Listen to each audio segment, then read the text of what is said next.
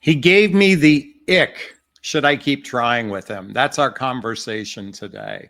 We're going to talk about this famous term, not famous term, but this term's been been amplified through the TV show or the Netflix series called Nobody Wants This. If you haven't watched it, I highly recommend checking it out. It's actually an interesting reflection of how our differences affect our relationships. And in this particular series, there's a moment where Joanne, the lead female character, experiences something known as the ick when her boyfriend, Noah, who is a rabbi, shows up to a family get together with flowers and wearing a sport coat. And she had that all famous ick, that moment that just turned her off, and she was ready to abandon the relationship. But here's the thing, we all experience icks or differences with people in our lives. And I think it's really important to recognize which are the more important things to discount versus those things that might feel uncomfortable. See, the reality is we have this fantasy of relationships that it should just be magical. It should be angels singing. It should be sunshine and rainbows, that you're perfectly aligned with another person. But the reality is in relationship, we're going to have differences, and how we overcome these differences can make all the difference. So one of the challenges also in dating today is that we have this accelerated learning curve to get to know another human being, unlike the past where we got to know someone over time. And I'm going to use 3 movies to illustrate this story that might help you recognize if you find yourself in an ick. Should you accept him the way he is? Should you keep trying with a man? And by the way, if you're a man watching this, I want you to ask yourself, should I accept her the way she is? And should I keep trying? So if you ever saw the movie When Harry Met Sally, it's a story of 2 people that got together over a car ride. And both Harry and Sally saw an ick with one another, and they didn't really decide to explore a friendship. And then they ran into each other again. 5 years later, still didn't want to explore a relationship. Then 5 years later, they explored a relationship together. And they each had some differences. Hers happened to be the way she ordered food. And I would say Harry's issues were he was a little misogynistic to some degree. But as they built this friendship over a period of time, they fell in love. Okay. In the TV show Friends, if you didn't watch that show Friends, I highly recommend going and re-watch. If you've watched it before, I suggest rewatching it, because each character had a unique aspect of them that could cause an ick. Particularly, I'm going to focus on Monica for a second. Or maybe I should focus on Chandler, because she was OCD in the way she cleaned. It was a major difference than the other characters. But as they built trust, as they built friendship with one another, both Monica and Chandler found that they fell in love with each other. And Chandler had his own icks, which I would say was his bad jokes, was his icks. My coffee mug says, "Is this sinking in?" Excuse the slurping. And certainly the movie The 40-Year-Old Virgin was another example of where he probably give you the ick. And again, over a period of time, they got to know each other. You see, we have this accelerated path of learning, and we don't typically get past the uncomfortable differences to actually build the deeper roots of trust. Oh, and before I forget, the greatest ick of all, if you ever watch the TV show Seinfeld, okay, Jerry Seinfeld, all the characters, but particularly Jerry Seinfeld, had a reason to have an ick for every woman he ever met. She had man hands. She was a low talker. She ate her peas with a fork. She walked around the house naked. It gave him an excuse. But sometimes these excuses, like in the case of Seinfeld, is actually a block to love. It might be their own fear of intimacy, fear of opening up to a person. Many of you have experienced this, these blocks to love, because today, many of us have experienced multiple dating and relationships experiences that cause us to have walls up, and we can't see a person for who they are on the inside because we're hyper-focused on entertainment in the beginning stage of dating, romance, and physical connection. Let me repeat that. We are hyper-focused on entertainment, romance, and physical attraction. In fact, that's the driving force in the beginning stage of dating. And it's all centered around the biological, physical needs to connect with another human being, and not whether or not they're a good partner for us. See, coming back to the TV show, Nobody Wants This, Noah was a good guy. When Joanne expressed her ick, if you will, she wanted to run away because she's been hurt in the past. And she also illustrated how she had a dynamic between her mother and father that caused her to be fearful of love. In fact, there's a great scene within this moment of this ick. And later she talks about her challenge to be vulnerable with another human being. And this is true for men and women alike. This isn't singular to a female. This is true for men and as well, is that they might have blocks to love because what they experienced in childhood caused them to be fearful of love. And there's a moment in the show that I really respect Noah. And this is illustrates something I'm going to talk about in a moment. But he says to you, and he's holding her, and he says, I'm on your side. I'm on your side. That's another way of saying, I've got your back. And that's a great positive in relationship. As I said before, we have this accelerated learning curve that we must go through, and it makes it rather challenging. And it starts by looking inward and saying, what could be blocking me to love? And if you have a propensity of choosing the wrong person, you might find that you're repeating a childhood pattern. I invite you to read the book,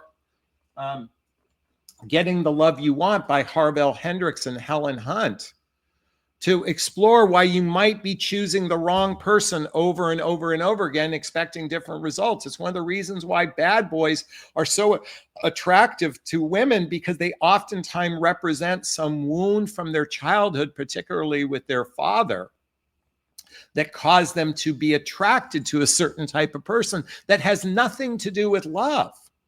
That has nothing to do with love. So we're going to spend a few moments on differences. It's interesting because I pulled up a list of major differences and minor differences, and whether or not you should keep trying with a person will be based on this one factor I'm about to share with you in a moment.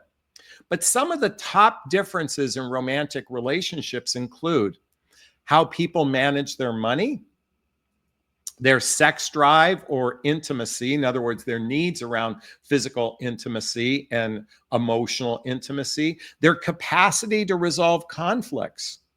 In that moment in the show, Nobody Wants This, she wanted to run away. And Noah held her to say, look, we're going to resolve this. I'm not letting you go. Some people run away from conflict. I'm sure, ladies, if you're watching this, you've experienced a lot of men who've run away from conflict.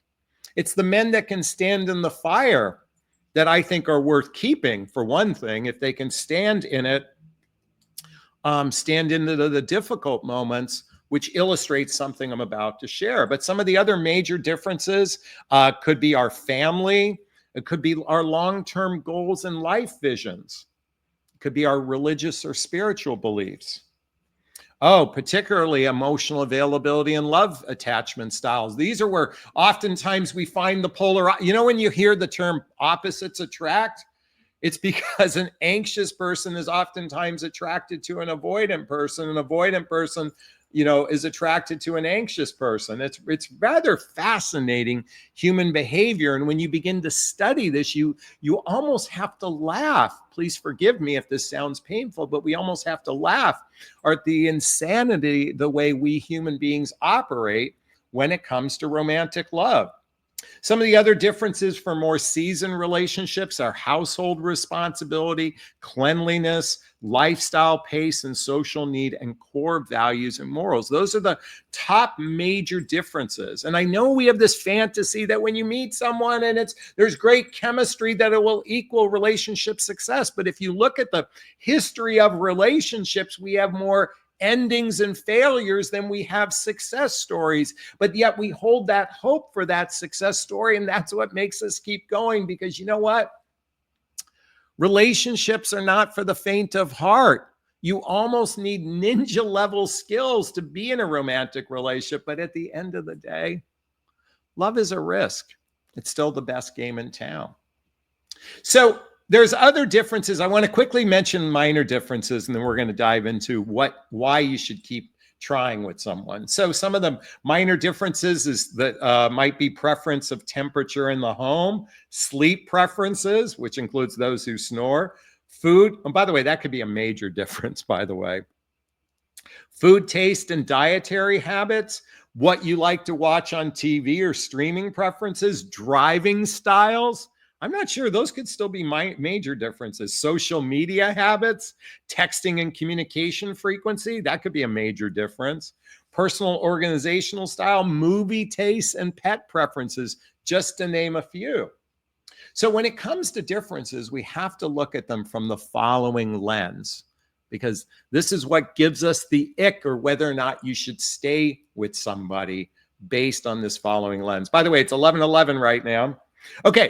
So first we have to, if either a difference turns into a deal breaker or not. Okay, it's a difference could, like in the case of when Joanne felt the ick, she made that a deal breaker. But I want you to examine an ick and say, can I tolerate this ick? Can I tolerate this difference?